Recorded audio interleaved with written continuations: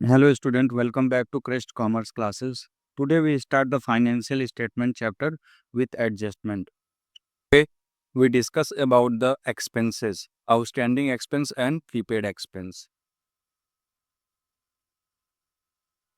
Outstanding expense means ऐसा expense जो इनकर हो चुका हो, मतलब जो पेमेंट नहीं हुआ. फॉर एग्जाम्पल जो भी एक्सपेंस रिकॉर्ड करते पर्टिकुलर ईयर का रिकॉर्ड करते. फॉर एग्जाम्पल अगर ईयर स्टार्ट होता है 1 अप्रैल 2025, सो एंड होगा 31 मार्च 2026. जैसे कोई एक्सपेंस सैलरी है, फुल ईयर की सैलरी अगर उस 1 लाख है पूरे बिजनेस की, और बिजनेस ने सिर्फ 80,000 पेमेंट किया है सैलरी का, मीन्स सैलरी कितनी आउटस्टैंडिंग रहेगी? 20,000 आउटस्टैंडिंग मीन्स बाकी रहेगी. और ये एडजस्टमेंट में पॉइंट गिवन होता है आउटस्टैंडिंग सैलरी. सो इसके दो ट्रीटमेंट होंगे. पहला ट्रीटमेंट, ये तुम्हारा सैलरी आउटस्टैंडिंग हो गया, सो ये सैलरी में ऐड हो जाएगा यानी डेबिट साइड में 20,000. एंड सेकेंड, बैलेंस शीट में लाइबिलिटी साइड्स होगा. बैलेंस शीट में लाइबिलिटी साइड्स होगा क्योंकि ये ओनर की या बिजनेस की लाइबिलिटी है कि उसको 20,000 सैलरी इन फ्यूचर पे करना है. तो जब तक वो 20,000 का पेमेंट नहीं कर देता तब तक वो बिजनेस के लिए क्या है? लाइबिलिटी है. So outstanding expenses are expenses incurred but not yet paid till the end of accounting year. मतलब उसने 31 मार्च तक सिर्फ 80,000 का पेमेंट किया एंड 20,000 ये पेंडिंग रह गया. सो ये 31 मार्च को ये एक लाइबिलिटी के तरह रिकॉर्ड होगा आउटस्टैंडिंग सैलरी, और बैलेंस शीट में लाइबिलिटी साइड से होगा. सेकेंड चीज, सैलरी जो ट्रायल बैलेंस के अंदर गिवन होगी उस सैलरी में ऐड हो जाएगा. सैलरी कहाँ शो होती है? पीएनएल में debit side, profit and loss account में debit side. Clear?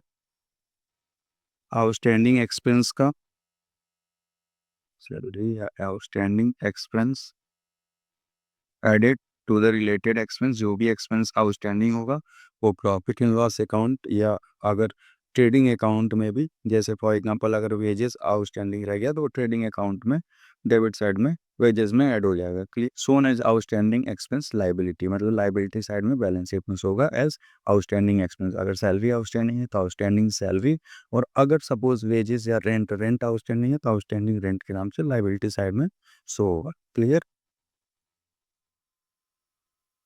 Prepaid expense means ऐसा एक्सपेंस जो कंपनी नेक्स्ट ईयर का कोई भी एक्सपेंस एडवांस में करंट ईयर में पे कर देती है, सो उसको बोलते हैं प्रीपेड एक्सपेंस.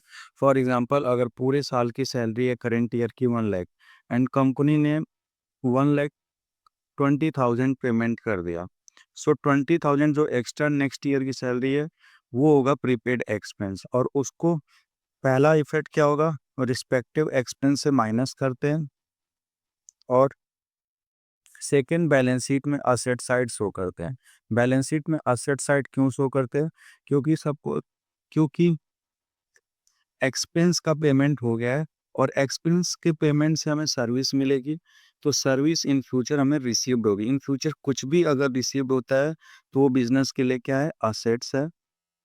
अगर इन फ्यूचर बिजनेस को कुछ भी पे करना पड़ता है तो वो बिजनेस की लाइबिलिटी है. सो जैसे हम लोग आउटस्टैंडिंग सैलरी या आउटस्टैंडिंग एक्सपेंस बिजनेस के लिए इसलिए लाइबिलिटी होती है क्योंकि उसको इन फ्यूचर पे करना होता है. बट प्रीपेड एक्सपेंस एक असेट होता है क्योंकि पेमेंट हो चुका और इन फ्यूचर हमें सर्विस रिसीव्ड होगी.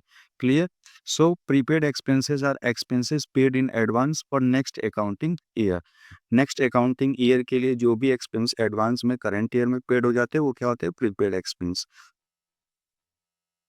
आउटस्टैंडिंग एक्सपेंस का पहला ट्रीटमेंट, एडेड टू रिस्पेक्टेड या रिलेटेड एक्सपेंस. जो भी एक्सपेंस का आउटस्टैंडिंग होगा उसमें ऐड करेंगे, और सेकंड बैलेंस शीट में लाइबिलिटी साइड में शो होगा. Prepaid expense deduct to the related expense पहला, and second asset, balance sheet में असेट साइड से होगा क्योंकि एक्सपेंस का पेमेंट हो चुका है, सर्विस इन फ्यूचर रिसीव्ड होगी। Okay, thank you for the watching.